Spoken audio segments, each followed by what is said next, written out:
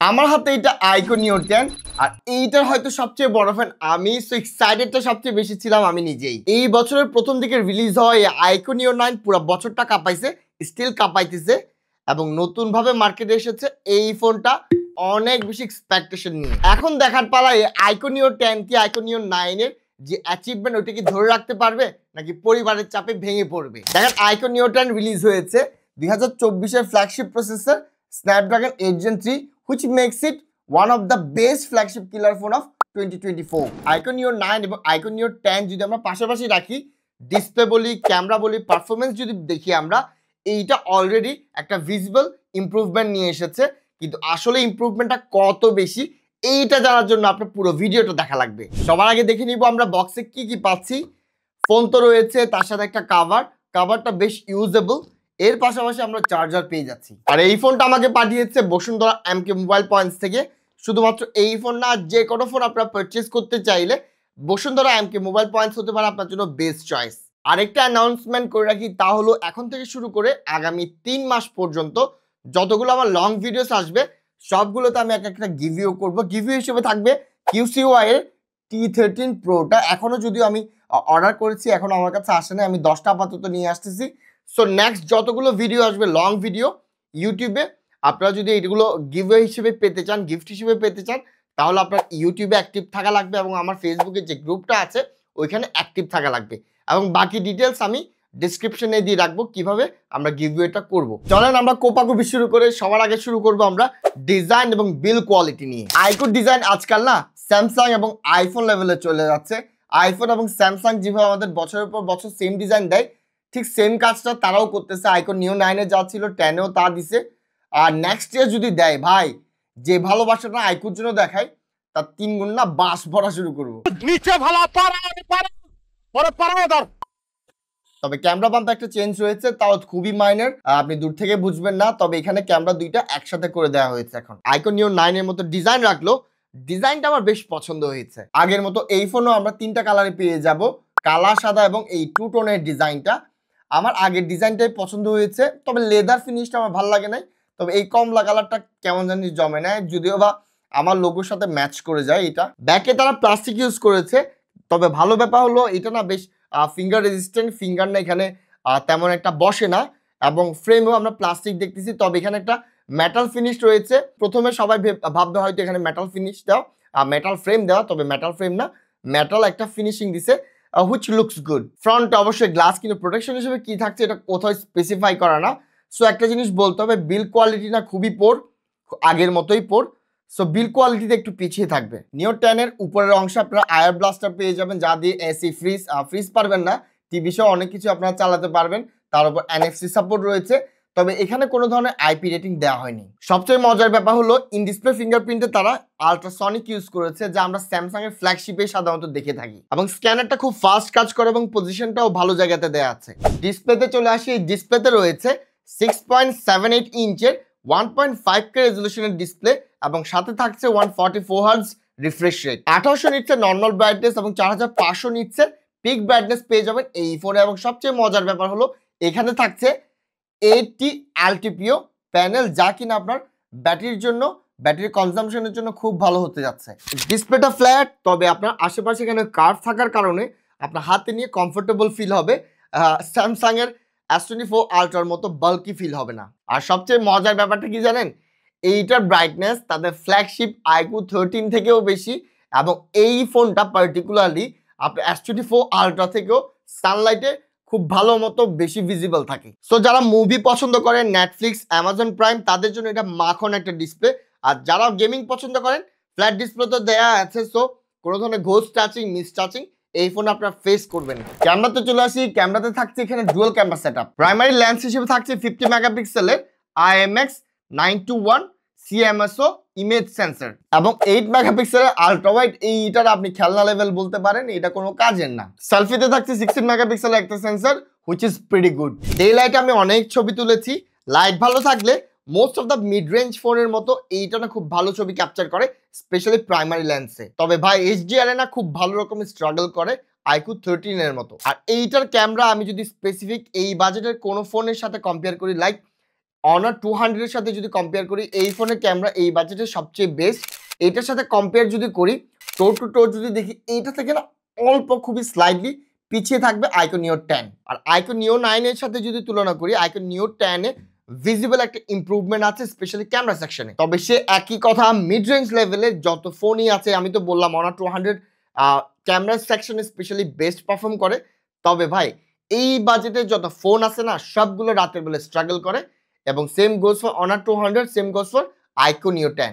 Selfie যদি দেখি, সেলফিতে আমি বলতে হবে Honor 200, Iqoo Neo 9 যতগুলো আমি দেখেছি, Iqoo Neo 10 সবচেয়ে বেটার পারফর্ম করে স্পেশালি সেলফিতে। তবে একটা ব্যাপার কনফার্ম করি, ভিভো ওপো কিছু ফোন বের করে সেলফি স্পেশালিস্ট, এই বাজেটের মধ্যে অনেকগুলো রয়েছে। ওইগুলো যদি আপনি সেলফি সেন্ট্রিক ফোন খুঁজেন, আপনার জন্য ওইগুলোই বেটার হবে, এইগুলো এতটা বেটার হবে না। আর ভিডিওতে ভাই রে ভাই, এখানে 8K 30 FPS এর সাপোর্ট রয়েছে। তবে 8Kটা আসলে খুব বেশি কাজ করে এমন না। আপনি লাইক 10 বারের মধ্যে 5 বার এটা আপনাকে ভালো সাপোর্ট দিবে, আর 5 বার আপনাদের পুরো গু লেভেলের পারফর্ম দিবে। তবে আপনি 4K 60 FPS এ ভালো রকমের শুট করতে পারবেন।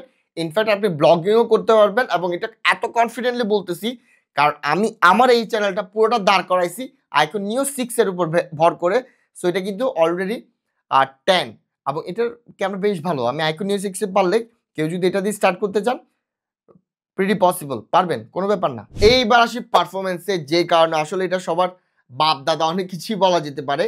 স্পেশালি পারফরমেন্সের জন্য এইটা আপনার স্যামসাং S24 আলট্রা বলেন, আইফোন 16 প্রো ম্যাক্স বলেন, যত ফোন আছে বাজারে ফ্ল্যাগশিপ গ্রেডের, সবার সাথে একেবারে টো টু টো ফাইট করতে পারে। আর এইটাতে পাচ্ছেন আপনারা স্ন্যাপড্রাগনের 8 Gen 3 ফ্ল্যাগশিপ প্রসেসর এবং UFS 4.1। দেখেন এই বাজেটে UFS 4.1 কোনো ফোনে আপনারা দেখবেন না, কিন্তু এইটাতে থাকছে।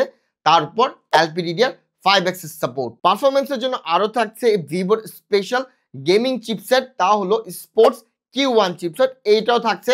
সো স্ন্যাপড্রাগন 8 Gen 3 এবং স্পোর্টস Q1 চিপসেটটা মিলাই উড়াধুরা একটা পারফরমেন্স সাপোর্ট দিবে আপনাকে। এইটাতে আমরা হাইয়েস্ট সেটিংসে পাবজি রান করছি, গ্যানশিট ইম্প্যাক্ট খেলছি, call of duty, free fire, অনেক কিছুই ট্রাই করছি।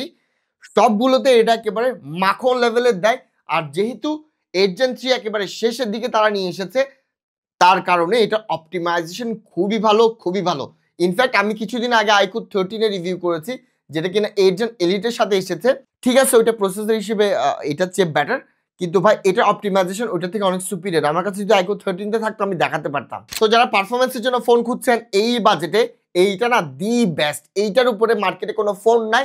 ইনফ্যাক্ট আপনি যদি আরো 10-15 উপরেও যান, তারপরও এইটার লেভেলের পারফরমেন্স আপনাকে কোনো ফোনই দিতে পারবে না। আর আমার কথার সাথে যদি কাজে না মিলে এবং এই ফোনটা পারচেস করার পর আপনার যদি মনে হয় পারফরমেন্সে ম্যাল বা যেটা পারফরমেন্স পাচ্ছেন, আমাকে নক দিবেন, আপনাদের ফোনটা আমি পারচেস করে নিব। হ্যাঁ, অবশ্যই কম দামে। ব্যাটারি নিয়ে যদি কথা বলি, এখানে 6100 mAh এর ব্যাটারি রয়েছে ভাই।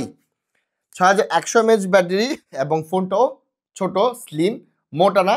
দ্যাট মিনস হলো এখানে কার্বন সিলিকন ব্যাটারি, নতুন টেকনোলজি ইউজ করা হয়েছে। আর এইটা না আসলে যারা হ্যাভি ইউজার আছে তাদের জন্য এটা পুরোটা একটা ব্লেসিং, যে এত মোটা একটা ব্যাটারি এত ছোট একটা জায়গাতে নিয়ে আসতে পারছে তারা।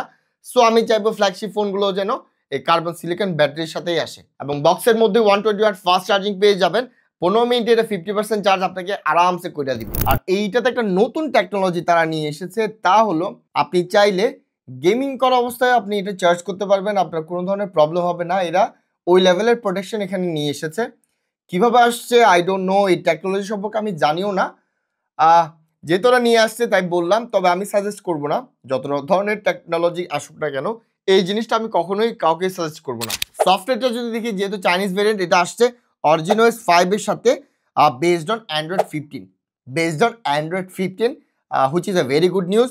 আর যখন আমরা গ্লোবাল ভেরিয়েন্ট দেখতে পাবো, তখন ফানটাচ ওএস এর সাথেই চলে আসবে এই ফোন। 3 বছরের ওএস আপডেট এবং 4 বছরের সিকিউরিটি আপডেট পেয়ে যাবেন। সো আরামসে 4-5 বছর তো চলে যাবে। কেউ আইসা বললেন না ভাই অ্যান্ড্রয়েড ফোন বেশি দিন টিকে না। এই যে Iqoo Neo 6 3 বছর 3.5 বছর ধরে ইউজ করতেছি, একদম স্মুথ আছে, কোনো প্রবলেম হচ্ছে না। সো আইফোন ইউজাররা আমার সাথে এইসব করতে আসে না। এইবার একটা কনক্লুশন টেনে দেই যে এই ফোনটা কাদের পারচেস করা উচিত, এবং এইটা আসলে Iqoo Neo 9 থেকে ভিজিবলি আসলে কি চেঞ্জেস নিয়ে এসেছে কিনা। দেখেন এই ফোনটা কারেন্টলি আপনি 45,000 টাকা দিয়ে পেয়ে যাবেন মার্কেটে। এবং আমি যদি দেখি এখানে Honor 200 রয়েছে, এটা 37-এর মাঝে থাকছে। আইকন নিও 9 এইটাও এখনো 37-38-এর মাঝে আপনার পাইতে হবে। কিন্তু ভাই সবগুলো ফোন আমি যদি সরাই রাখি এই বাজেটে আপনার আরো ফোন আছে Motorola H50 Pro এবং Redmi Note 14 Pro Plus। সবগুলো যদি দেখি এইটা একটু দাম পড়বে, সবগুলো থেকে 7-8 হাজার টাকা বেশি হবে। কিন্তু সবাই আমি সাজেস্ট করব please go for this phone, যেতে Snapdragon 8 Gen 3 আছে, ক্যামেরাটাও বেশ ভালো বেশ ভালো। আপনি এই বাজেটে যত ফোন আছে সবার চেয়ে আপনি Honor 20 থেকে ভালো না হলেও লিটারালি 99 এবং 100 একটা ডিফারেন্স পেয়ে যাবেন। সো সবকিছু মিলাই এই ফোনটা না আপনার জন্য একটা বেস্ট চয়েস হতে পারে। আগামী 2 বছর আপনার কোনো হেডেক নিতে হবে না, আপনি সব ধরনের টেকনোলজি সাপোর্ট এইটা থেকে পেয়ে যাবেন। ভিডিও এখানে শেষ করছি। শেষ করার আগে আরেকটু বইলা নেই, গিভওয়ে নিয়ে আগামী 3 মাস পর্যন্ত আমি আমার যতগুলো ভিডিও আসবে সবগুলোতে আমি গিভওয়ে করব। কিউসোয়ের একটা প্রোডাক্ট আমি অর্ডার করেছি, আগামী 2-3 দিনের মাঝে চলে আসবে। ওইটা নিয়ে আলাদা একটা ডেডিকেটেড ভিডিও থাকবে। সো জানিয়ে রাখি, এইটা পাওয়ার জন্য আপনাদের ইউটিউবে প্রচুর পরিমাণে অ্যাক্টিভ থাকা লাগবে। আমার যে ফেসবুক অফিসিয়াল গ্রুপটা আছে ওইখানে অ্যাক্টিভ থাকা লাগবে। তো ভিডিও এখানে শেষ করলাম।